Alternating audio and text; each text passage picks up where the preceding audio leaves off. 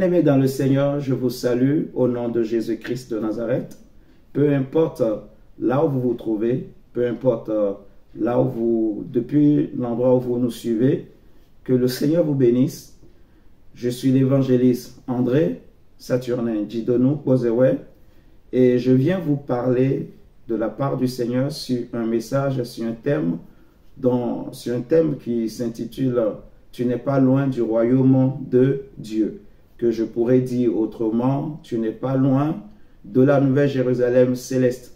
Ce thème est tiré du livre de Marc au chapitre 12, à partir du verset 28, où l'un des interprètes de la loi va poser une question au Seigneur Jésus pour savoir quel était le plus grand de tous les commandements.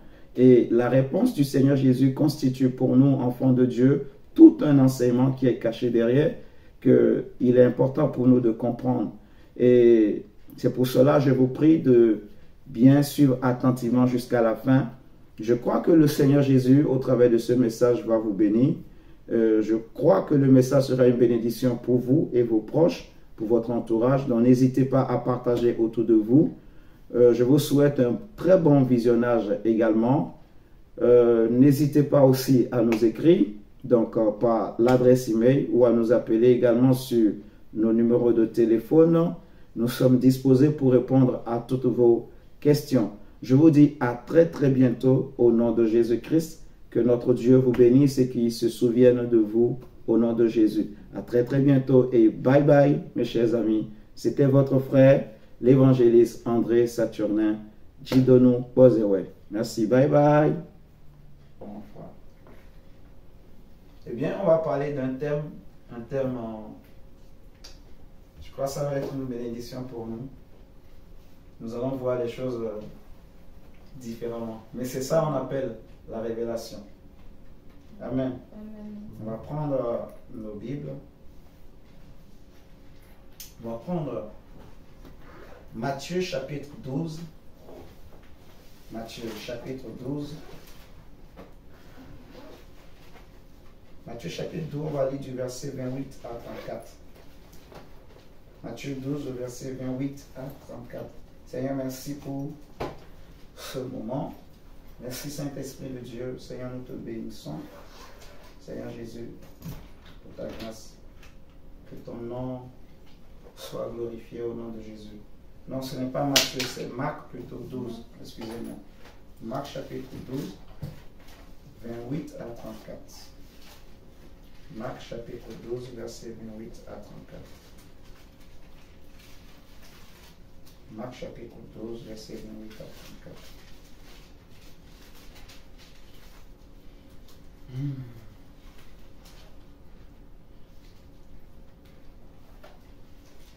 C'est Espérance, tu peux nous lire s'il te plaît.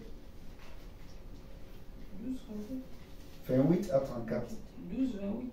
Ouais, Marc chapitre 12, verset 28 à 34. Nous allons prendre une habitude quand on veut lire, on se lève. On va lire. Ça va être bien. Comme ça, tout le monde entend. Quand ça devient une habitude, ça va être naturel, quoi. Un des scribes qui les avait entendus discuter, sachant que Jésus avait bien répondu aux Sadducéens, s'approchant et lui demanda quelle est les premières de tous les commandements. Jésus répondit, voici les premières. Écoute, Israël le Seigneur. Écoute Israël. Le Seigneur, notre Dieu, est l'unique Seigneur. Amen. Et tu aimeras le Seigneur ton Dieu de tout ton cœur, de toute ton âme, de toute ta pensée et de toute ta force. Amen. Voici, ouais, jusqu'à 34, jusqu'au verset 34. Voici le second, tu aimeras ton prochain comme toi-même. Il n'y a pas d'autre commandement plus grand que cela. Les scribes lui dit, bien maître, tu as dit avec vérité que Dieu est l'unique et il n'y en a point d'autre que lui. Et que l'aimer de tout son cœur, de toute sa pensée, de toute son âme et de toute sa force, et aimer son prochain comme soi-même, c'est plus que tous les holocaustes et tous les sacrifices. Jésus, voyant qu'ils avaient répondu avec intelligence, lui dit, tu n'es pas loin du royaume de Dieu. Retenez ce que Jésus lui a dit. Tu n'es pas loin du royaume de Dieu. Et personne n'osa plus lui poser. Personne n'osa lui proposer des questions. N'osa plus lui proposer des questions. Ouais. Amen. Amen. Amen. Amen. Amen. C'est un test qui est vraiment très riche. Là, on est comme dans on va dire, une classe de séance de questions-réponses plutôt. Donc les gens viennent, il y en a qui sont là pour tester Jésus, il y en a qui sont là pour voir est-ce que vraiment il connaît la parole en fait. Donc souvent les scribes, les pharisiens, ils aimaient bien s'approcher, lui tendre des pièges comme la Bible le dit souvent en fait. Mais Jésus leur répondait toujours, mais avec une sagesse incroyable. Vous connaissez l'histoire d'un homme qui est l'un des chefs toujours un jour, qui va crier devant toute la foule. Il va dire à Jésus, est-ce qu'il faut payer ou pas les impôts, le tribut? Est-ce qu'il faut payer? Est-ce que doit-on payer les tributs à César? C'est une question piège. Et c'est une question très insidieuse. Parce que les Juifs étaient dominés en ce temps-là. Ils étaient comme des esclaves dans leur propre pays. Et tout Israël, en fait, normalement Israël, il ne se considère jamais comme des esclaves. La parole de Dieu dit en fait que ce n'est pas toi qui dois prêter de l'argent chez les autres, mais c'est toi, tu vas emprunter aux autres. Vous comprenez? Ça fait partie des principes que Dieu a mis en place pour son peuple en fait. C'est-à-dire que les enfants d'Israël, pour eux, ce n'était pas à eux de payer pour des étrangers. C'était les richesses des étrangers qui devraient venir chez eux. Tu vois? Donc c'était une question piège parce que si Jésus disait vous ne devez pas payer à César, il risquait d'avoir des problèmes avec les Romains qui étaient là en train de dominer. Les Juifs allaient partir dire à Hérode que voilà, il a dit il ne faut pas payer les tributs à César. Il cherchait tous les moyens pour le piéger. Mais si Jésus disait il faut payer, les Juifs aussi, ils vont se retourner contre lui. Tu n'aimes pas le peuple juif. Alors Jésus, comme il est tellement sage, il va leur dire, en fait, qu'est-ce qu'il est écrit? Il prend une pièce, il prend ce qu'on appelle les drachmes, il prend une pièce de monnaie, il dit, qu'est-ce qui est écrit sur la pièce? On a dit, c'est écrit César. Bon, si c'est écrit César sur la pièce, donc la pièce appartient à donner à César ce qui est à César, mais donner aussi à Dieu ce qui est à Dieu. Et j'aime beaucoup cette parole. Alléluia. Donner à César ce qui est à César. Et nous sommes dans un cas pareil ici. Et il y avait déjà des Sadducéens qui ont posé des questions à Jésus par rapport au mariage, par rapport aux anges, ainsi de suite. Et l'un des scribes également va élever la voix, il va lui demander, Seigneur, quel est le premier de tous les commandements? Autrement dit, quel est le plus grand de tous les commandements en réalité?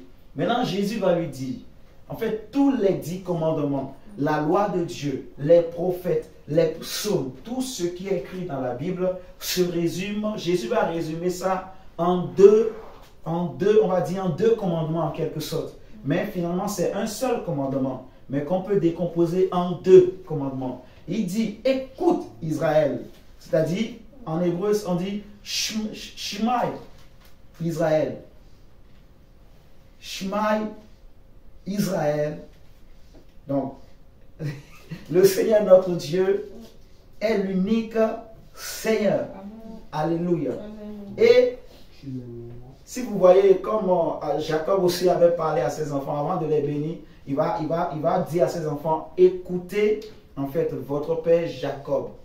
Écoutez, c'est la même expression en fait. Et c'est une façon de réveiller en quelque sorte, comment on va dire, l'esprit, l'âme, d'amener quelqu'un à écouter attentivement. Comme l'ange, par exemple dans Ézéchiel, quand il était venu pour révéler des choses au prophète Ézéchiel, il va lui dire également, donc écoute attentivement, écoute attentivement ce que je vais te dire. Alléluia. Et Jésus dit donc, le Seigneur notre Dieu est l'unique Seigneur. Tu aimeras le Seigneur ton Dieu de tout ton cœur, de toute ton âme, de toute ta pensée. et de toute ta force. Voici le second qui lui est semblable, finalement. Voici le second. On dit, tu aimeras ton prochain comme toi-même. Il n'y a pas d'autre commandement plus grand que ceux-là. Et ce qui nous intéresse vraiment aujourd'hui, ce soir, c'est que le scribe va lui dire, bien maître, tu as dit avec vérité que Dieu est unique et qu'il n'y en a point d'autre que lui, et que l'aimer de tout son cœur, de toute sa pensée, de toute son âme et de toute sa force, et aimer son prochain comme soi-même, c'est plus que tous les holocaustes et tous les sacrifices. Maintenant, regardez la réponse de Jésus, mon diable. Jésus, voyant qu'il avait répondu avec intelligence, lui dit, tu n'es pas loin du royaume de Dieu. Et c'est ça qui sera le thème de notre enseignement de ce soir. Tu n'es pas loin du royaume de Dieu. Tu n'es pas loin du royaume de Dieu. Et vous allez comprendre. Je rigole parce que l'enseignement, souvent ça me dépasse, quoi. La parole de Dieu. Tu n'es pas loin du royaume de Dieu. Je bénis le Seigneur vraiment pour la grâce qu'il nous fait avec les enseignements. Tu n'es pas loin du royaume de Dieu, homme ou femme, blanc ou noir, jaune ou rouge, peu importe la couleur de ta peau, peu importe ton âge, si tu as déjà l'âge de la majorité spirituelle, si tu as déjà au moins 12 ans, c'est-à-dire que tu as déjà l'âge qu'on appelle l'âge de la majorité spirituelle. Tu sais discerner le bien et le mal.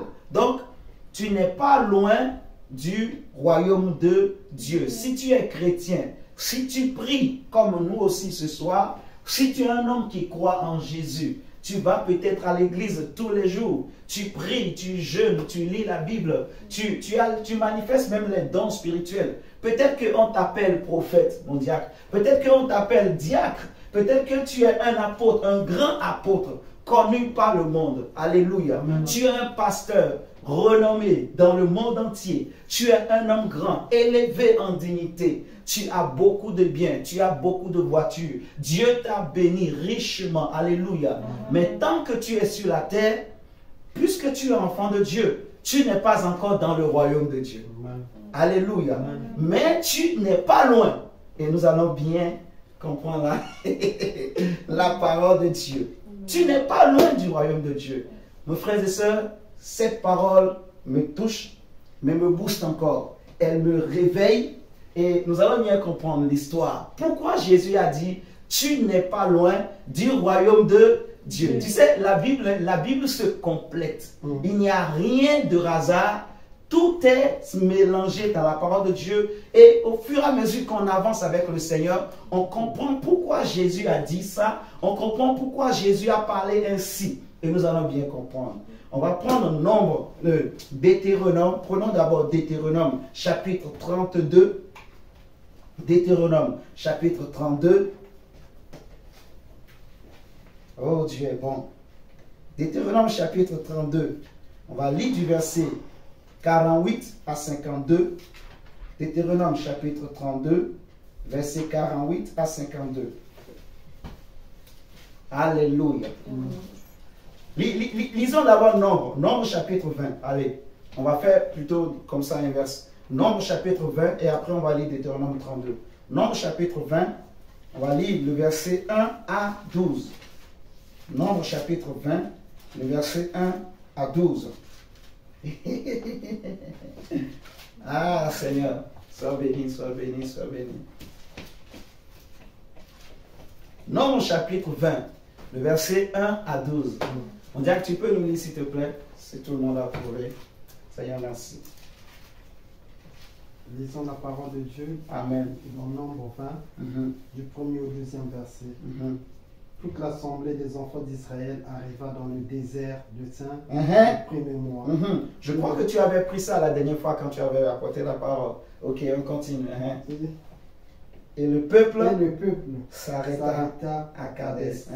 C'est là que mourut Marie, qu'elle fut enterrée. Ah, ok. Il n'y avait point d'eau pour l'assemblée. Et l'on se souleva contre Moïse et Aaron. Ok. Le peuple chercha querelle à Moïse.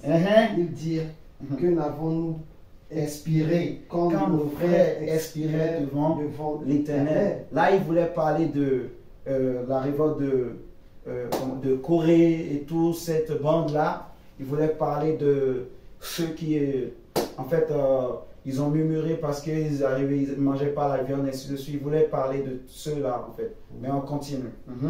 Pourquoi avez-vous fait venir l'assemblée de l'Éternel dans ce désert pour que nous y mourions? Ok. Nous et notre bétail. Pourquoi nous avez-vous fait monter hors d'Égypte? Alléluia. Pour nous amener dans ce méchant lieu. Ce n'est pas un lieu où l'on puisse s'aimer, et il n'y a ni figuier, ni vigne, ni grenadier, ni de l'eau à boire. Moïse et Aaron s'éloignèrent de l'assemblée pour aller à l'entrée de la tente d'assignation. Amen. Ils tombèrent sur leur visage et la gloire de l'Éternel leur apparut. Amen. L'Éternel parla à Moïse et dit: prends la verge et convoque l'assemblée. Toi et ton frère Aaron, vous parlerez en leur présence. Alléluia. Et il donnera ses eaux. Regarde, remarquez, mon diacre. Dieu dit: prends ta verge, toi et ton frère Aaron. Alléluia.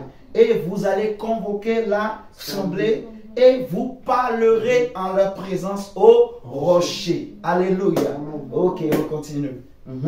Vous parlerez en leur présence au rocher et il donnera ses eaux. Le verset 8. Et il donnera ses eaux. Tu feras sortir pour eux de l'eau du rocher et tu abreuveras l'assemblée et leur bétail. Amen. Tu feras sortir de l'eau du rocher. Alléluia. Amen. Tu feras sortir de l'eau du rocher. On continue. Verset 9. Moïse prit la verge qui était devant l'Éternel, comme l'Éternel le lui avait ordonné.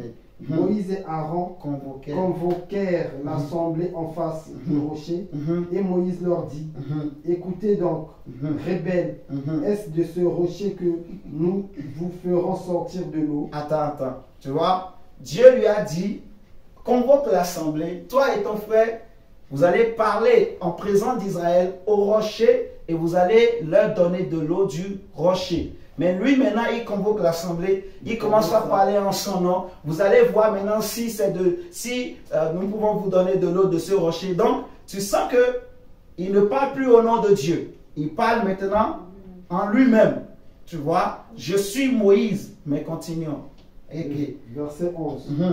Puis Moïse leva la main et frappa deux fois le rocher avec sa verge. Il frappa deux fois le rocher. Il frappa deux fois le rocher. Il frappa deux fois le rocher. Pourquoi il a frappé deux fois? C'est qu'il a frappé une fois et le rocher n'avait pas donné de l'eau. Donc il a frappé encore. Il pouvait s'arrêter quand il a frappé une fois et se comprendre que le rocher ne veut pas donner de l'eau comme ça. Mais comme il a insisté encore, Dieu a fait.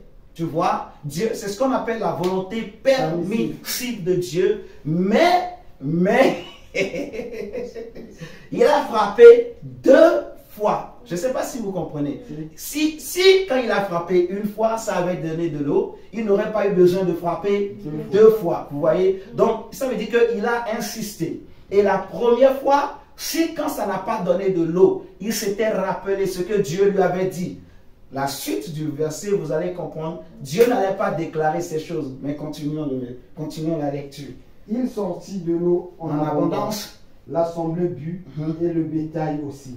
Alors l'Éternel dit à Moïse: parce que vous n'avez pas cru en moi pour me sanctifier aux yeux des enfants d'Israël. Pour me sanctifier aux yeux des enfants d'Israël. On continue, mon diable. Vous ne ferez point entrer cette assemblée dans le pays que je lui donne. Deux Vous ne ferez point entrer cette assemblée, merci mon diacre, dans le pays que je lui donne. Alléluia. C'est à cause de cet incident qu'on appelle les eaux de Mériba, cet incident qui s'est passé, c'est que Moïse et Aaron, Dieu leur a dit parlez au rocher, mais eux ils ont frappé le rocher. Ils ont frappé une fois et Dieu, le rocher n'a pas donné de l'eau. Ils étaient obligés de frapper encore 2 fois. Alors comme Dieu n'aime pas la honte, comme Dieu est Dieu, Dieu a laissé faire, Dieu a accepté de donner l'eau malgré que ce n'était pas ce qu'il voulait. Mais Dieu n'était pas content. Vous comprenez?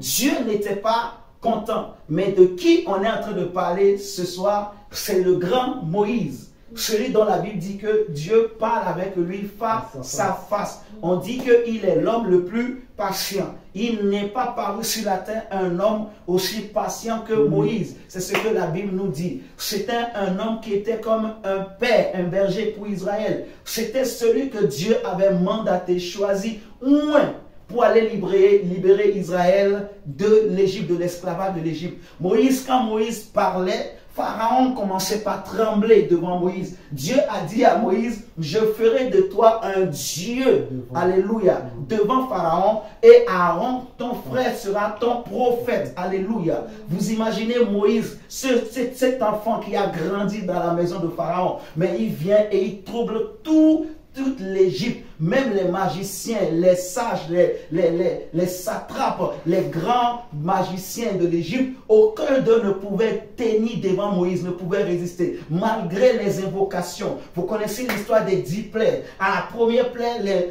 magiciens sorciers ont imité. À la deuxième plaie, ils ont imité. Mais quand ils ont vu la troisième plaie, eux-mêmes, ils ont dit, ça c'est le doigt de Dieu. Au point que Moïse parle, il dit, la dernière plaie, Pharaon va lui dire, si tu parais encore devant ma face, je vais te tuer. Moïse va lui dire, Moïse était un homme colérique aussi, lui aussi la colère va monter, il va lui dire, si tu me vois encore, en fait il va lui dire, moi aussi je ne veux plus paraître devant toi, en gros, si tu me vois encore, c'est que je ne suis pas Moïse en quelque sorte, mais tu vas voir ce que l'Éternel va faire en fait. Donc Moïse aussi est parti en colère. On a vu tous les premiers-nés de l'Égypte qui sont morts. Alléluia. Pharaon va les chasser. Tout le monde avait peur de cet homme. Qu'est-ce qu'il a touché? Il n'était pas comme ça quand on l'avait connu hier. Mais ce que Moïse avait touché, c'est que c'est Dieu qui l'a oint, c'est Dieu qui l'avait investi d'une puissance, d'un pouvoir, d'une autorité, d'une mission, d'un mandat. Alléluia. Donc Moïse n'était plus le même, n'était plus celui que Pharaon a connu. Moïse devant la mer Rouge, Moïse a parlé, la Bible dit, il va tendre son bâton, sa verge, et Dieu va souffler, séparer la mer Rouge en deux. Dieu a fait de grands miracles avec Moïse en Égypte, que ce soit en Égypte, que ce soit dans le désert. Dieu a fait de grandes choses. Mais, ce qui se passe ici, c'est que vers la fin, il avait à peine 120 ans en ce temps-là, Moïse. Et ils étaient déjà à la porte de Canaan. Je dis bien, ils étaient déjà arrivés à la porte de Canaan. Il restait seulement de traverser et ils vont rentrer dans Canaan. Et Moïse a commis une faute. Moïse a frappé 2 fois. C'est-à-dire que quand Dieu interpelle un homme, mon frère, ma soeur, il ne faut pas résister. Il ne faut pas atteindre le niveau où Dieu te laisse. Mais si Dieu te laisse, c'est fini. Vous comprenez ce que je veux dire ce soir? Moïse a frappé 2 fois. La première fois qu'il a frappé, la première fois qu'il a commis la faute, Dieu a interpellé, Dieu a parlé. Mais Moïse n'a pas su faire la lecture malgré qu'il était un grand prophète. Moïse n'a pas compris pourquoi quand j'ai frappé la première fois, le rocher n'avait pas donné de l'eau.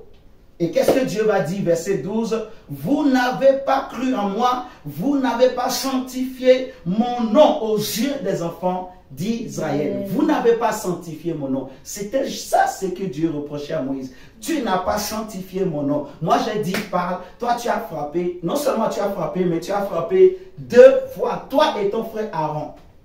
À cause de Moïse, Aaron aussi n'est pas rentré dans la terre promise. Parce que celui qui tenait les bâtons, c'était Moïse. Mais Aaron aussi était avec Moïse parce que Moïse reste Moïse. Moïse, c'est celui avec qui Dieu parle. Vous comprenez? Donc, qui pouvait penser que l'Éternel allait faire ça avec Moïse? C'est-à-dire que, frères et sœurs, quand on est en train de servir Dieu, mon frère, ma soeur, ne croyons jamais qu'on est au-dessus de qui que ce soit. Avec Dieu, il n'y a pas... En fait, on ne sait pas Dieu pour être des copains. Dieu n'est pas notre copain, Dieu n'est pas notre copine. Est-ce que vous comprenez? Dieu reste Dieu. Dieu reste Dieu. Un chef reste un chef. La Bible dit, il ne faut pas qu'en présence du roi, tu commences pas à faire des bêtises en pensant que tu es devenu l'ami du roi. Attention. Dieu reste Dieu. Regardez dans Deutéronome 32, ce que Dieu va dire à Moïse. Deutéronome 32, le verset 48 en 52. Là, ils sont à la porte même de Canaan. Il leur reste à traverser le Jourdain. Il leur reste à passer de l'autre côté. Mais, regardez, le verset 48 à 52, Deutéronome 32. Deutéronome 32, 48 à 52. Ce même jour, l'Éternel parla à Moïse et dit, monte sur cette montagne d'Abarim, sur le mont Nebo, au pays de Moab, vis-à-vis de Jéricho, et regarde le pays de Canaan que je donne en propriété aux enfants d'Israël. Tu mourras sur la montagne où tu vas monter. Tu mourras sur la montagne que tu vas monter.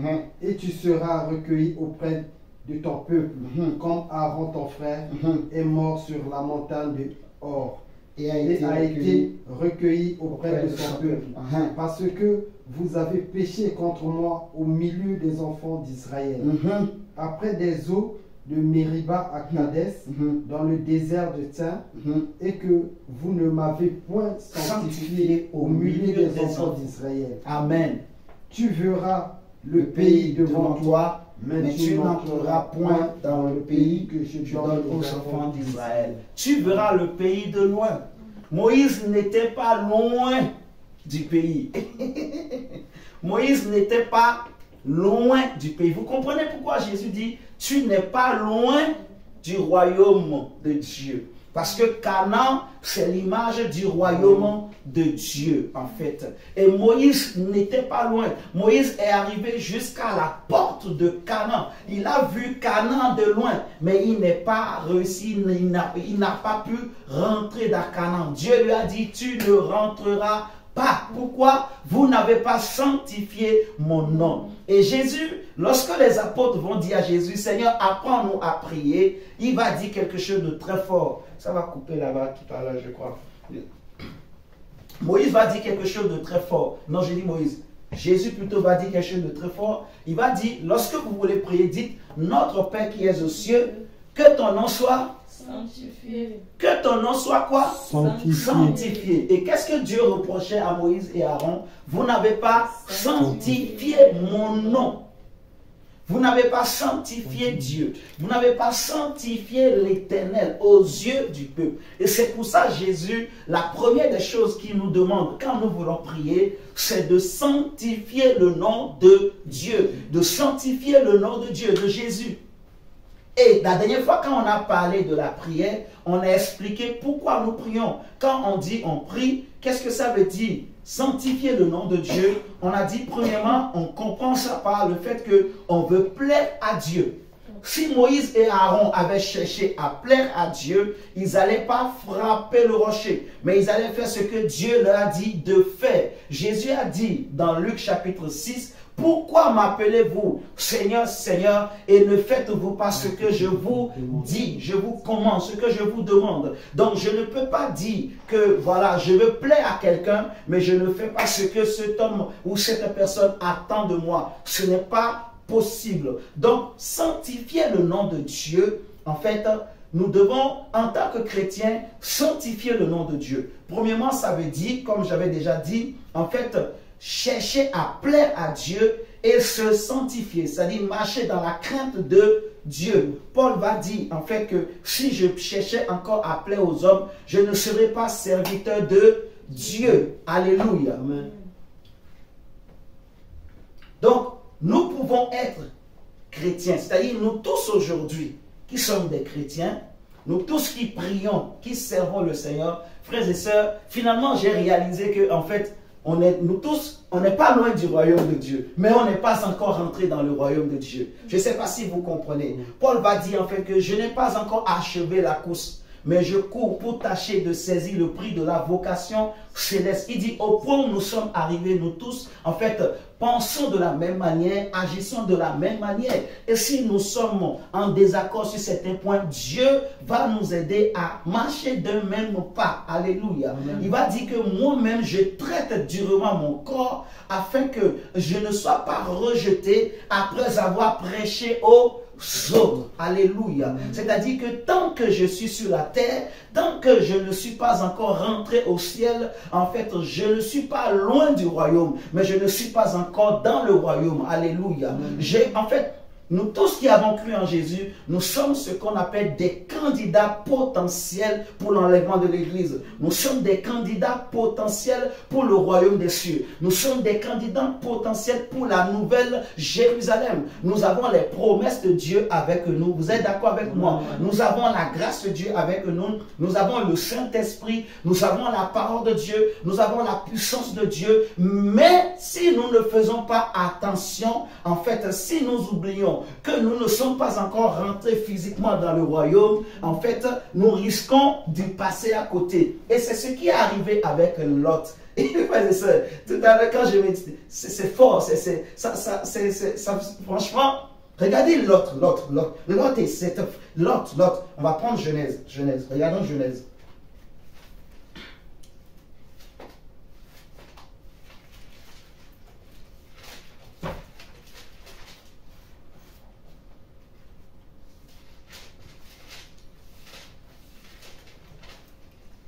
Genèse chapitre 19. Genèse chapitre 19. On va lire mon diacre du verset 15. Verset 15 au verset 26. Regardons cette histoire. Ah Seigneur. Genèse 19, verset 15 au verset 26. Lisons la parole de Dieu dans Genèse 19, verset 15. Amen. Dès l'aube du jour, les anges insistèrent auprès de Lot en disant, lève-toi, prends ta deux filles qui se trouvent ici, de peur que tu ne périsses dans la ruine de la ville. Alléluia. Et comme il tardait, les hommes les saisirent par la main. Amen. Lui, sa femme et ses deux filles. Amen. Car l'Éternel voulait l'épargner. Écoutez très bien. L'Éternel voulait quoi? L'épargner. L'Éternel voulait épargner Lot, sa femme et ses deux filles. On est d'accord? Ok, continuons. Ils l'emmenèrent et le laissèrent hors de la ville. C'est-à-dire de Sodome et de Gomorrhe. On continue. Après les avoir fait sortir, l'un d'eux dit, sauve-toi pour ta vie. Sauve-toi pour ta vie. Et c'est pour ça qu'on dit souvent que le salut est individuel, le salut est personnel. On lui a dit, sauve-toi pour ta vie. Bats-toi pour te sauver toi-même. Alléluia. Même si nous sommes dans la même famille, à un moment donné, chacun de nous doit commencer par s'investir pour son salut. Est-ce que nous sommes en train de comprendre? Amen. Chacun doit prendre vraiment l'engagement, la décision. L'homme ne va pas vivre sur le dos de sa femme en disant que parce que ma femme prie beaucoup, c'est que moi aussi je serai sauvé. Et inversement, la femme ne dira pas que parce que mon mari prie beaucoup, je serai certainement sauvé. Et les enfants, quand ils ont atteint l'âge de la majorité spirituelle, comme je disais au début, ils ne diront pas nos parents sont des pasteurs et des femmes de prière, des mamans de prière, des papas de prière, et donc certainement nous serons sauvés. C'est pas possible. Est-ce que vous comprenez? Les anges ont dit, l'un des anges a dit à l'autre, sauve-toi pour ta vie. Sauve-toi. Nous comprenons? Ok, on continue.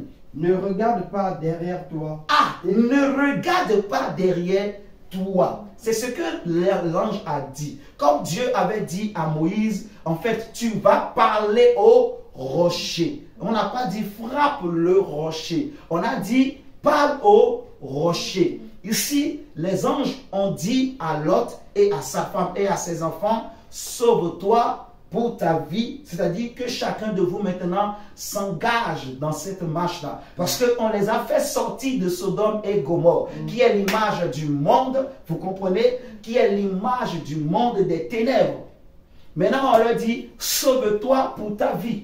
Et ne regarde plus en arrière. Ne regarde plus aux choses passées. Est-ce que vous comprenez? Ne pense plus aux événements passés. Ne te souviens plus des événements passés. Ne regrette pas ce que tu as laissé derrière. Ne regrette pas, je ne sais pas, si tu as laissé une maison, tu as laissé quelque chose au feu, tu as laissé un terrain, tu as cultivé, tu as planté, tu as laissé beaucoup d'argent dans la banque. Ne regarde plus en arrière. Jésus dit malheur.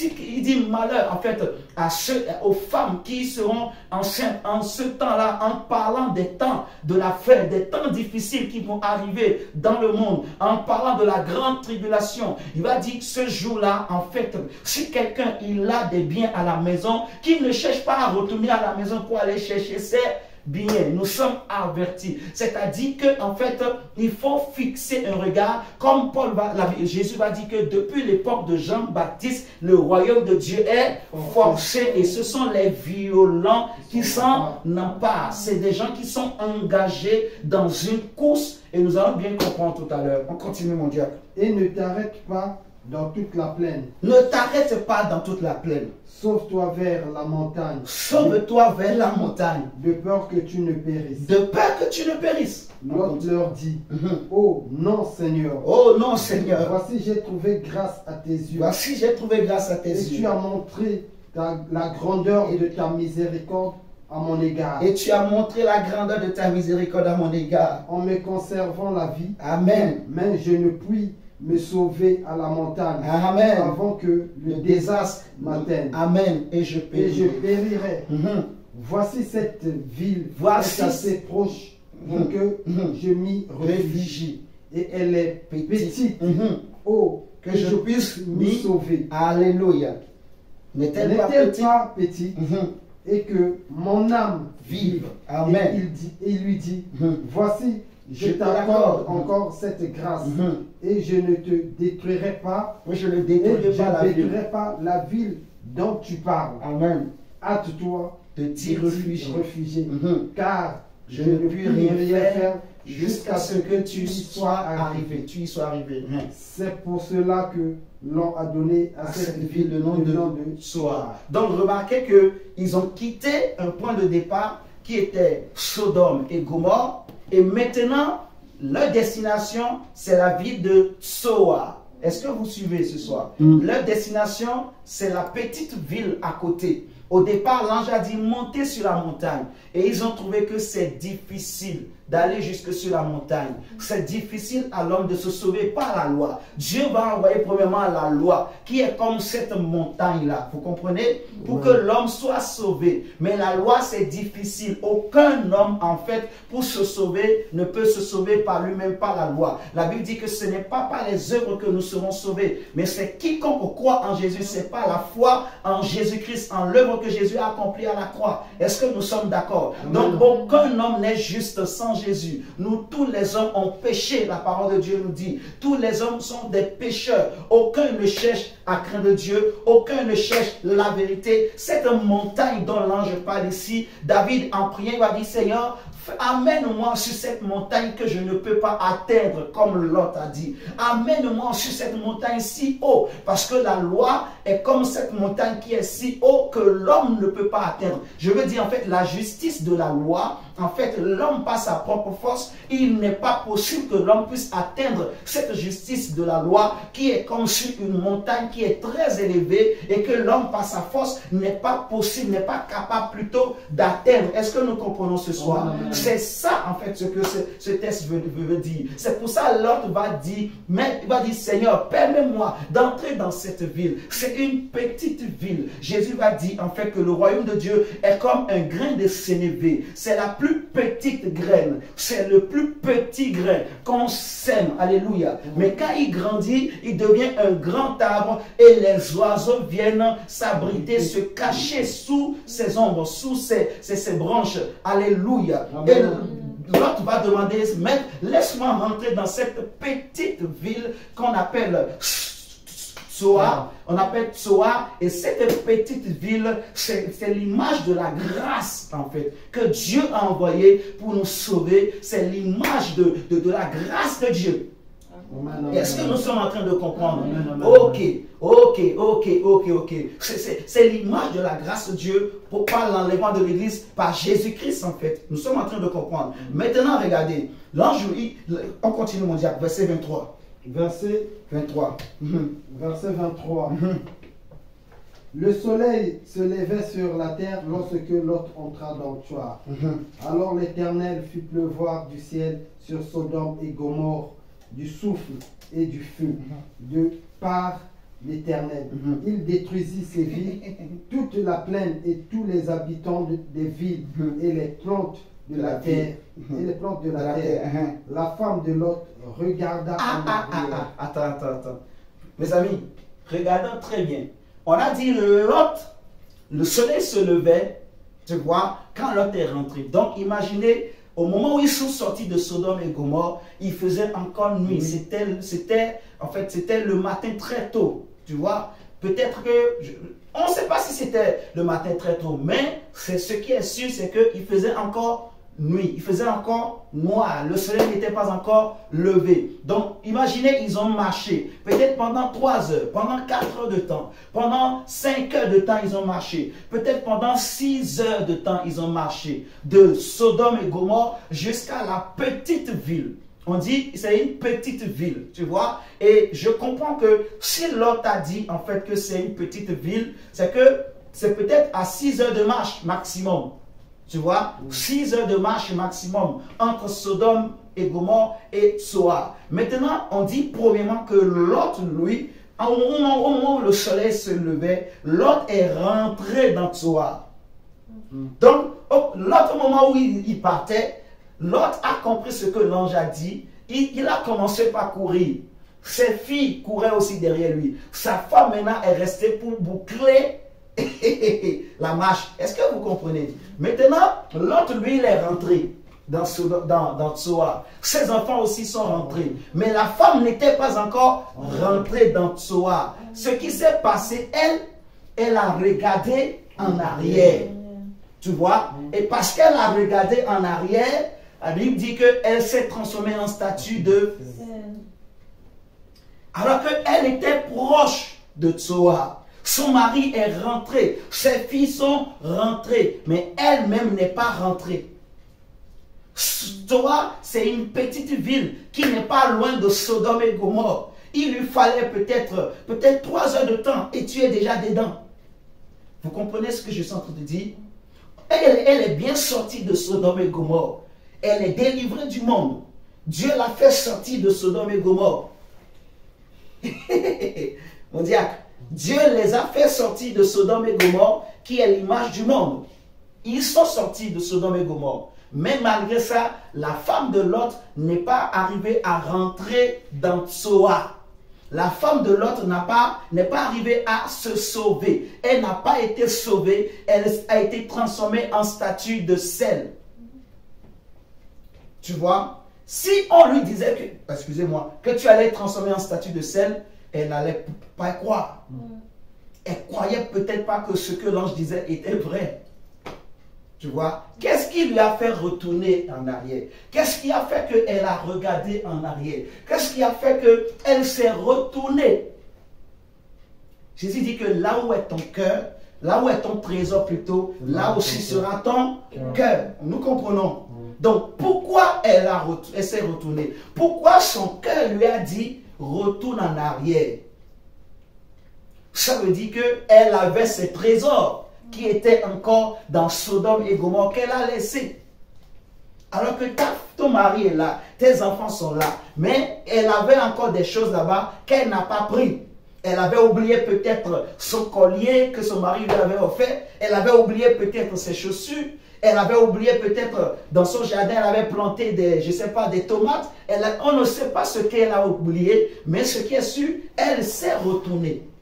Tu vois? Et le prophète Ézéchiel, Dieu va lui dire que ce peuple-là, ils ont leurs idoles attachées dans leur cœur. Vous comprenez? Donc, en fait, il y a deux types de... En fait, la vraie conversion, La vraie conversion, la vraie chrétienté, ce n'est pas celle qui est apparente, ce n'est pas celle qui est visible, ce n'est pas celle qui est externe, ce n'est pas celle que tout le monde vu. Le vrai enfant de Dieu, ce n'est pas celui que tout le monde voit tous les jours à l'église. Ce n'est pas celui qui prie tout le temps et que tout le monde voit. Ce n'est pas celui qui prêche tout le temps. Jésus va dire en fait à ses disciples, en fait, lorsque vous voulez prier, ne ressemblez pas aux pharisiens qui aiment prier au coin des rues, qui aiment prier à l'extérieur pour être vus de tout le monde. Il va dire, ils ont déjà reçu leur récompense. Il va dire aux pharisiens, en fait, que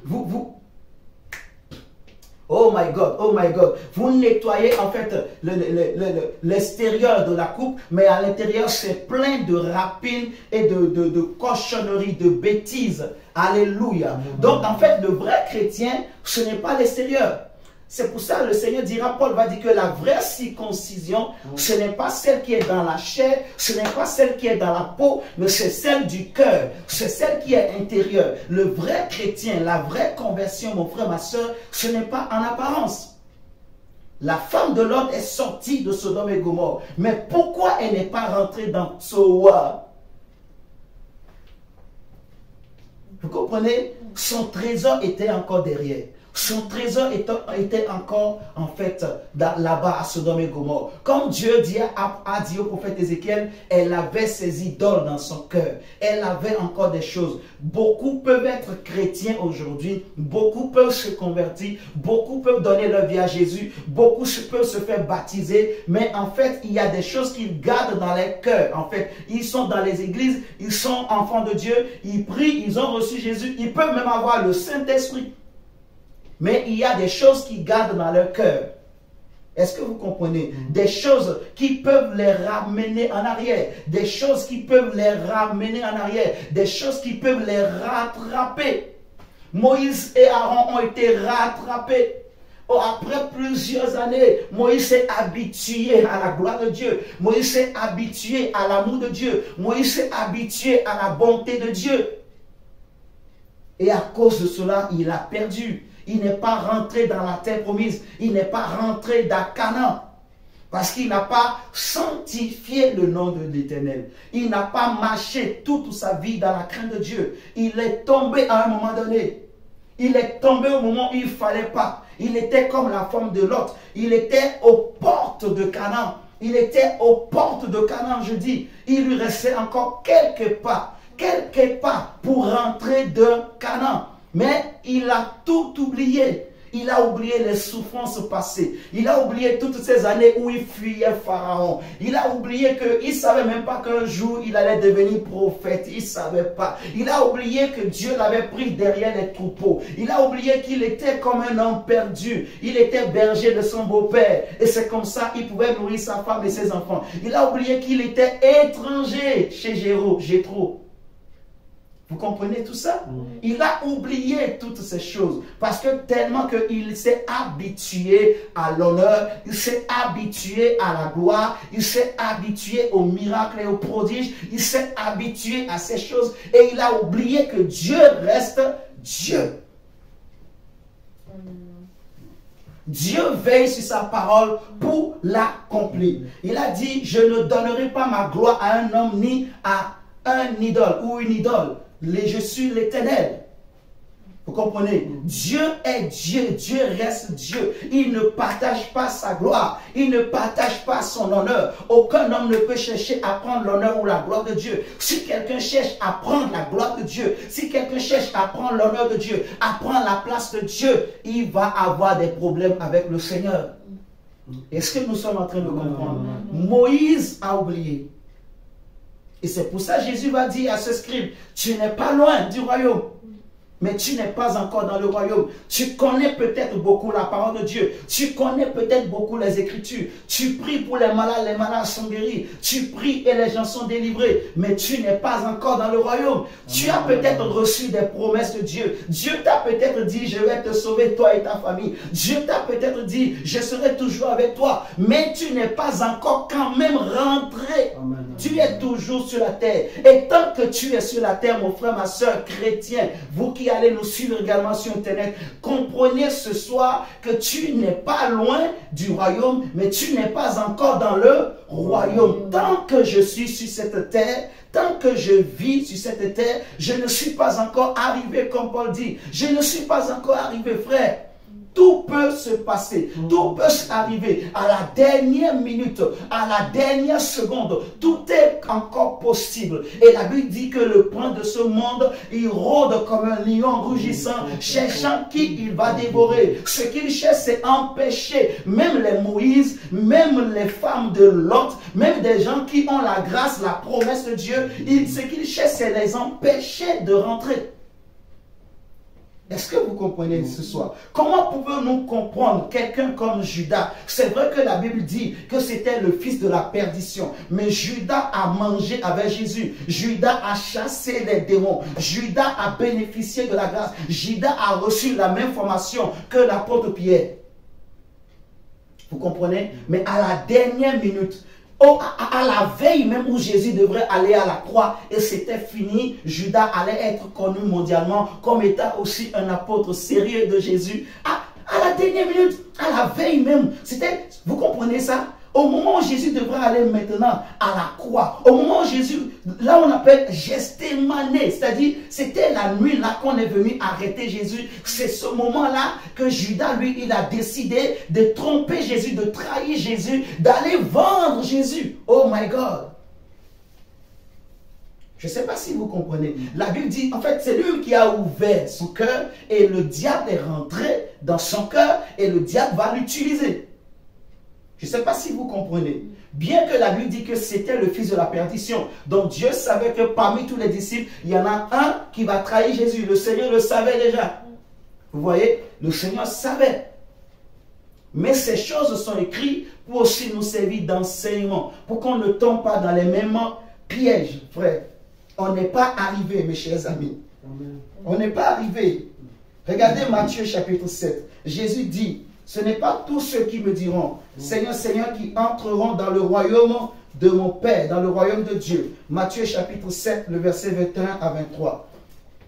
Ceux qui me disent, Seigneur, Seigneur, ô Dieu, n'entreront pas tous dans le royaume des cieux, mais celui-là seul qui fait la volonté de mon Père qui est dans les cieux. Plusieurs me diront en ce jour-là, Seigneur, Seigneur, n'avons-nous pas prophétisé par ton nom? N'avons-nous pas chassé des démons par ton nom? Et n'avons-nous pas fait beaucoup de miracles par ton nom? Alors je leur dirai ouvertement, je ne vous ai jamais connu. Retirez-vous de moi, vous qui commettez l'iniquité. Mes chers amis, il y en a beaucoup aujourd'hui. Beaucoup qui sont dans ces cas-là, en fait. Beaucoup qui pensent peut-être que parce que Dieu m'utilise beaucoup, parce que voilà, j'ai les promesses de Dieu, donc voilà, le ciel est totalement garanti, assuré pour moi. Frère, on n'est pas encore rentré. On n'est pas loin du royaume. En fait, on n'est pas loin. Tous ceux qui sont en Jésus-Christ aujourd'hui, nous croyons par la foi que le Seigneur va nous sauver. Mais si on ne reste pas fidèle, si on ne reste pas attaché à Dieu, si on ne sanctifie pas le nom de Dieu, est-ce que vous comprenez? Amen. Si on ne sanctifie pas le nom de l'Éternel, on va passer à côté. On va passer à côté. Dieu va nous rejeter. Dieu va nous vomir. Peu importe le titre qu'on peut avoir. Peu importe l'amitié qu'on peut avoir. Peu importe la grâce. Si on ne sanctifie pas le nom de Dieu, Dieu va aussi nous rejeter. Alléluia. Amen. Regardez l'histoire de cet homme. Cet homme riche, il avait beaucoup d'argent. Prenons Matthieu, chapitre. Regardez. Il nous reste combien de temps? Bon, allez. J'ai dit que sanctifier le nom de Dieu, ça veut dire plaire à Dieu et ça veut dire aussi se sanctifier. Vous voyez? Donc, vous allez noter dans Hébreux 12, verset 14, la Bible dit que recherchez la paix et la sanctification sans laquelle personne ne verra le Seigneur. Nous devons nous sanctifier, mes frères et sœurs. Nous devons nous sanctifier davantage. Sanctifier, craindre Dieu. La Bible dit dans 1 Thessaloniciens chapitre 4, le verset 8, On va le lire. Après avoir noté Hébreux 12, verset 14, on va lire 1 Thessaloniciens chapitre 4, le verset 1 à 8. 1 Thessaloniciens chapitre 4, le verset 1 à 8. Seigneur, aide-nous, Père. 1 Thessaloniciens chapitre 4, le verset 1 à 8. Seigneur, si quelqu'un a trouvé, il peut nous lire. Merci. Lisons la parole de Dieu dans 1 Thessaloniciens 4, 1 à 8. Au reste, frères, puisque vous avez appris de nous comment vous devez vous conduire et plaire à Dieu, et que c'est là ce que vous faites, nous vous prions et nous vous conjurons, au nom du Seigneur Jésus, de marcher à cet égard de progrès en progrès. Vous savez en effet quels préceptes nous vous avons donnés de la part du Seigneur Jésus. Ce que Dieu veut, c'est votre sanctification. C'est votre sanctification. C'est que vous vous abstenez de l'impudicité. C'est que chacun de vous sache posséder son corps dans la sainteté et l'honnêteté. Sans vous livrer. Dans la sainteté et l'honnêteté. Comme tu avais soulevé la dernière fois. C'est-à-dire que le corps, mon corps, je ne peux pas pécher contre mon corps. Je ne peux pas faire n'importe quoi avec mon corps. Je ne peux pas aller exposer mon corps. La Bible dit que puisque nous sommes maintenant esclaves de Dieu, ne livrons plus nos membres au péché comme des esclaves du péché. On avait lu le dimanche passé. Vous voyez, dans mon corps, je ne peux pas dire je suis chrétien, je fais des tatouages, je fais des choses comme ça, je vais commettre l'impudicité, je vais commettre la masturbation, parce que ce soit la masturbation, l'impudicité, que ce soit les tatouages, que ce soit, quel exemple je vais prendre encore, toutes ces choses que les gens font, vous voyez, celui qui fait ça, il est en train de pécher contre son corps. Vous voyez ça? Je pêche contre mon corps quand je commets des péchés qui sont attachés à mon corps. Quand j'utilise mon corps quand je vais voler, je pêche contre mon corps. Vous voyez ça? Quand je vais chez le féticheur, je suis en train de pécher contre mon corps également. Vous voyez tout ça? Donc, c'est important de vraiment bien comprendre. Il dit que chacun sache posséder son corps. C'est-à-dire que mon corps ne doit pas me dominer, mais c'est moi, je dois prendre le dessus. Je dois être en mesure de contrôler mes pulsions, mes émotions. Vous voyez, je ne peux pas laisser ma chair me dominer, je ne peux pas laisser ma chair me conduire, je ne peux pas être esclave des pensées de ma chair, vous voyez, mais je dois, par le Saint-Esprit, par la parole de Dieu, me faire violence pour maîtriser ces choses. Vous voyez? Ok, on continue en fait. Sans vous livrer à une convoitise passionnée, comme font les païens qui ne connaissent pas Dieu. C'est que personne n'use envers son frère de fraude et de cupidité dans les affaires. Parce que le Seigneur tire vengeance de toutes ces choses, comme nous vous l'avons déjà dit et attesté. Amen. Car Dieu ne nous a pas appelés à l'impureté, mais à la sanctification. Amen. Celui donc qui rejette ces préceptes ne rejette pas un homme, mais Dieu qui vous a aussi donné son Saint-Esprit. Amen. On est d'accord. Donc, ce que le Seigneur veut, c'est qu'on se sanctifie. Amen. Et chacun de nous, en tant que chrétien, nous devons accepter notre vocation, accepter l'appel de Dieu, accepter le service de Dieu, accepter de marcher dans la parole de Dieu, dans la volonté de Dieu. L'apôtre Pierre va le dire dans 2 Pierre chapitre 1. 2 Pierre chapitre 1, le verset 3 à 10. 2 Pierre chapitre 1, le verset 3 à 10. 2 Pierre chapitre 1, le verset 3 à 10. Vous allez noter. Et je vais lire le verset 10. 2 Pierre chapitre 1, le verset 3 à 11 plutôt. 2 Pierre chapitre 1, verset 3 à 11. Mais je vais lire juste du verset 10 à 11. Il est écrit, c'est pourquoi, frères, appliquez-vous d'autant plus à affermir votre vocation et votre élection. Car en faisant cela, vous ne broncherez jamais. Vous voyez? Vous ne broncherez jamais. Appliquez-vous à affermir votre vocation et votre élection. Chacun de nous doit s'appliquer en tant que chrétien, en tant que chrétienne, peu importe notre âge, peu importe notre sexe. Chacun doit s'appliquer. C'est pour ça que je dis souvent que dans les choses de Dieu, il n'y a pas de femme ou de hommes. Est-ce que nous comprenons? Chacun doit s'appliquer. Que je sois une femme ou un homme, je dois me battre. Je dois m'appliquer, en fait. Je dois prendre au sérieux vraiment ma vocation et mon appel, mon élection. Parce que, en tant que chrétien, chacun a une vocation de Dieu. Chacun a reçu un ministère, un appel, une élection divine. Vous voyez ce que je dis? Amen. Donc, il dit, car en faisant cela, vous ne broncherez jamais. Et regardez le verset 11. Il dit, c'est ainsi, en effet, que l'entrée dans le royaume éternel de notre Seigneur et Sauveur Jésus-Christ vous sera comment? Pleinement accordée. Vous voyez? Pleinement accordée. Donc si nous prenons les choses vraiment très au sérieux, nous comprenons que Dieu n'est pas notre copain, même si Dieu peut être l'ami des hommes, mais Dieu n'est pas notre copain.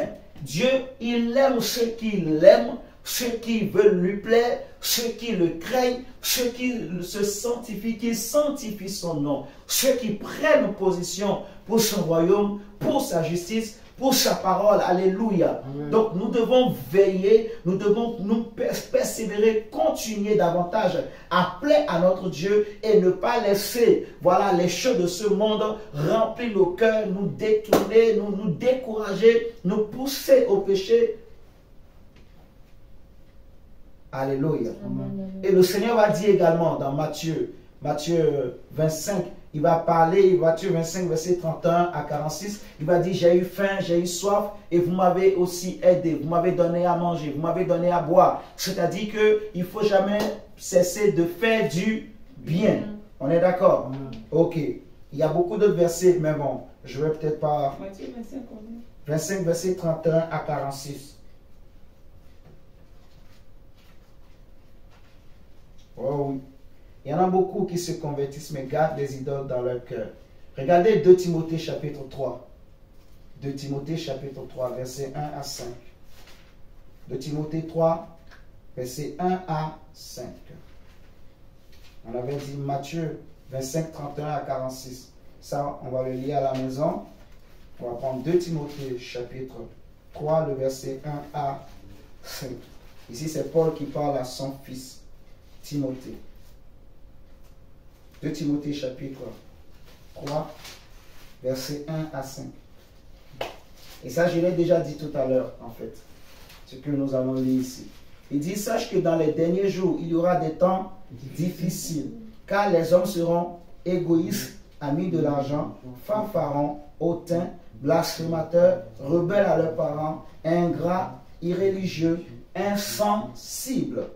Alléluia. Déloyaux, calomniateurs, intempérants, cruels, ennemis des gens de bien, traîtres, emportés, enflés d'orgueil, regardez, aimant le plaisir plus que Dieu et ayant l'apparence de la piété, mais reniant ce qui en fait la force. Éloigne-toi de ces hommes-là. Vous voyez? Donc, ayant l'apparence de la piété, l'apparence de la vie chrétienne, en fait. Et ce n'est pas ce qui impressionne Dieu. Dieu n'est pas impressionné parce qu'on prie tous les jours. Je ne sais pas si vous comprenez. Oui. Dieu n'est pas impressionné parce qu'on prêche bien la parole, comme ce soir. Dieu n'est pas impressionné parce que je saute. Mais tout ce qui touche Dieu, c'est celui qui craint son nom. Celui qui craint sa parole. Celui qui sanctifie son nom, en fait. Vous voyez ce que nous sommes en train de dire. Donc, ça ne sert à rien vraiment de chercher à plaire, à apparaître, quoi. Parce que là où les hommes ne nous voient pas, Dieu nous voit. Et nous serons jugés, en fait, sur la base des secrets, des choses qu'on fait dans le secret et que les hommes ne voient pas. Je ne sais pas si vous comprenez. Dieu, il nous attend beaucoup plus sur ces choses en fait. Donc, travaillons vraiment davantage notre élection. Appliquons-nous. Ce que nous sommes en train de faire est très très sérieuse ou sérieux. Vous voyez? Donc, on va persévérer vraiment. On va persévérer. Le Seigneur veut que chacun de nous comprenne en fait qu'on n'est pas encore arrivé. Amen. En fait, Amen. vous voyez, on n'est pas arrivé, mes frères et sœurs. On n'est pas encore arrivé. Le chemin est encore long. Le chemin est long. Seigneur, merci. On a lu, on a vu 1 Corinthiens chapitre 9. Comme j'ai dit, Paul dit, je traite durement mon corps. Donc ça, vous connaissez déjà. Même si on note pas les versets. Paul dit, je traite durement mon corps afin que je ne sois pas rejeté moi-même après avoir prêché aux autres. Vous voyez, on va prendre quand même un texte dans Philippiens chapitre 3, qu'on va lire également, Philippiens 3, qui montre qu'on n'est pas arrivé, en fait, tant qu'on est sur la terre, et c'était ce que les apôtres avaient compris. Du moins, je dirais surtout Paul. Et c'est pour ça qu'il se battait. Il se battait, il s'est battu vraiment pour que son passé ne le rattrape pas. Pour que son passé ne le rattrape pas. Pour que sa chair ne le rattrape pas.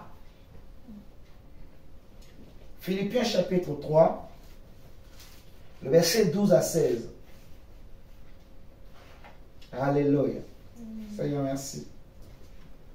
La Bible nous dit quoi? Là, tu peux nous lire. Lisons la parole de Dieu dans Philippiens 3, 12 à 16. Ce n'est pas que j'ai déjà remporté le prix. Ce n'est pas que ou que j'ai déjà atteint la perfection. Tu vois? Mais je cours. Attends. Ici, qui parle ici? C'est Paul. Des années après le ministère. C'est Paul qui est en train de parler. Vous voyez?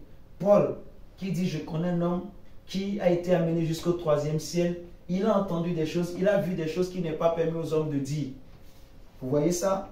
C'est lui qui est en train de dire, ce n'est pas que j'ai déjà remporté le prix. Et c'est très important en fait. Continuons. Ou que j'ai déjà atteint la perfection. Que j'ai déjà atteint la perfection, mais je cours pour tâcher de le saisir. Puisque moi aussi j'ai été saisi par Jésus-Christ. Frère, je ne pense pas l'avoir saisi, mais je fais une chose. Oublions ce qui est en arrière. Tu vois? C'est-à-dire ne pas faire comme la femme de Lot. Tu vois? Il faut oublier le passé, oublier toutes ces choses et continuer mon diable. Me portant vers ce qui est en avant. Voilà. Je cours vers le but pour remporter le prix de la vocation céleste de Dieu en Jésus-Christ. Nous tous donc qui sommes parfaits, ayant cette même pensée, et si vous êtes en quelque point d'un autre avis, Dieu vous éclairera aussi là-dessus. Amen. Seulement, au point où nous sommes parvenus, marchons d'un même pas. Amen. Pour finir, on va prendre 2 Timothée, chapitre 2 Timothée, chapitre 3.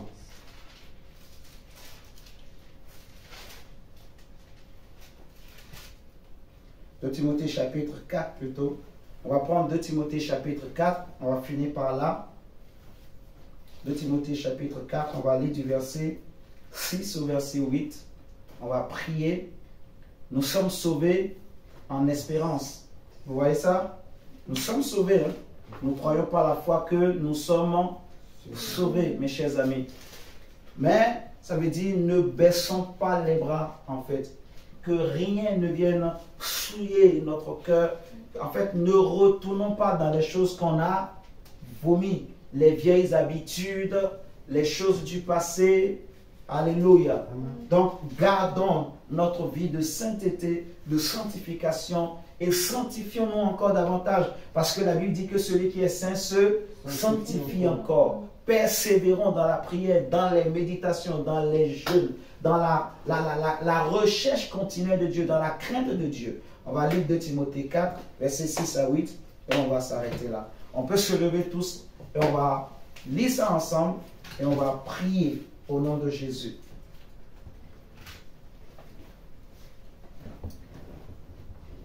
La Bible nous dit, 1, 2, 3, on va le lire ensemble. 2 Timothée 4, versets 6 à 8. 1, 2, 3, on y va. Car pour moi, je sais déjà de libération, et le moment de mon départ approche. J'ai combattu le bon combat, j'ai achevé la course, j'ai gardé la foi. Désormais, la couronne de justice m'est réservée. Le Seigneur, le juste juge, me la donnera dans ce jour-là, et non seulement à moi, mais encore à tous ceux qui auront aimé son avènement. Alléluia. Nous allons prier pour dire à Dieu, Seigneur, augmente ma foi, donne-moi la force de combattre le vrai combat, d'achever la course, en fait. Donne-moi la force d'achever la course, de garder la foi, de garder la vie de sainteté que tu m'as donnée, de garder la vie de sanctification que tu m'as donnée. Donne-moi la force d'achever la course, de persévérer, de garder la foi au nom de Jésus. Élevons la voix et prions. Même la sœur Karine aussi, la sœur Clarisse aussi de prier avec nous. Que le Seigneur nous donne la force. Que le Seigneur nous donne la force pour achever la course. Que le Seigneur nous donne la force pour achever la course. Seigneur, donne-nous la force pour achever la course. Pour garder la foi, Seigneur Jésus. Pour continuer à combattre le vrai combat. Le combat de la foi. Seigneur, nous prions ce soir. Que Seigneur, tu nous aides à achever la course. Oh Seigneur, même s'il y a beaucoup de belles promesses pour nous. Il y a beaucoup de grandes choses que Dieu va faire avec nous. Il y a beaucoup de grandes choses que Dieu va faire avec nous, mes chers amis.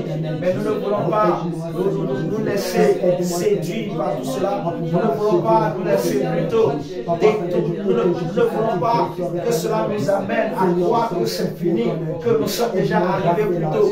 Que le Seigneur nous aide à achever la course, à nous sanctifier davantage. Oh Seigneur, aide-moi à me sanctifier, Père. Seigneur, ce n'est pas parce que je prêche que Seigneur, je suis meilleur que les autres, Père. Seigneur, aide-moi à me sanctifier. Aide-moi à garder la foi, oh Dieu. Aide-moi, Seigneur, à ne pas broncher. Aide-moi à ne pas broncher. Dis, Seigneur, aide-moi à ne pas broncher. Dis, Seigneur, je ne veux pas broncher. Seigneur, je ne veux pas broncher. Seigneur, je veux rester fidèle. Seigneur, je veux rester debout. Seigneur, je veux rester ferme. Donne-moi la force d'achever la course. Donne-moi la force de remporter le prix de la victoire, de remporter le prix de la vocation céleste. Donne-moi la force d'achever la course. Donne-moi la force pour courir, pour continuer à courir. Seigneur, donne-nous la force ce soir. Seigneur, donne la force à nos frères et sœurs. Seigneur, donne-nous la force au nom de Jésus. Oh Seigneur, au nom de Jésus. On va prier, on va faire cette prière. On va prier, Seigneur, même si nous ne sommes pas loin, mais nous croyons quand même par la foi que nous sommes sauvés et que le Seigneur inscrit nos noms dans son livre de vie au nom de Jésus et qu'il sauve nos familles, nos frères et sœurs. Comme ce brigand a dit à la croix, Seigneur, souviens-toi de moi. Quand tu reviendras pour chercher ton église, on va prier que le Seigneur se souvienne de nous, qu'il nous sauve, qu'il inscrit nos noms dans son livre de vie. Et nous croyons par la foi que nous sommes sauvés au nom de Jésus-Christ. Et nous allons remettre cette nuit entre ses mains. Prions au nom du Seigneur Jésus. Seigneur, nous te prions. En même temps, nous demandons pardon à Dieu. Que s'il y a une tache dans notre robe, que le Seigneur nous purifie. S'il y a une tache dans nos cœurs, s'il y a une idole dans nos cœurs, que le Seigneur déracine, enlève les idoles. Prions et disons à Dieu, Seigneur, si à un moment donné je n'ai pas sanctifié ton nom, Seigneur, pardonne-moi. Dis à Dieu, Seigneur, apprends-moi à sanctifier ton nom. Apprends-moi à t'aimer encore. Apprends-moi à chercher davantage à te plaire. Oh Seigneur, aide-moi à chercher à plaire à Dieu. Oh Seigneur, aide-moi à sanctifier ton nom, Yahweh. Oh Seigneur, aide-moi à me sanctifier davantage, Seigneur. Seigneur, aide-moi à sanctifier le nom de Dieu. Oh Seigneur, dans mon cœur, dans ma bouche. Oh Seigneur, dans mon foyer, dans ma maison, Papa. Seigneur, dans mon couple, dans le ministère. Aide-nous, Seigneur, dans le centre missionnaire mondial, à sanctifier le nom de Jésus.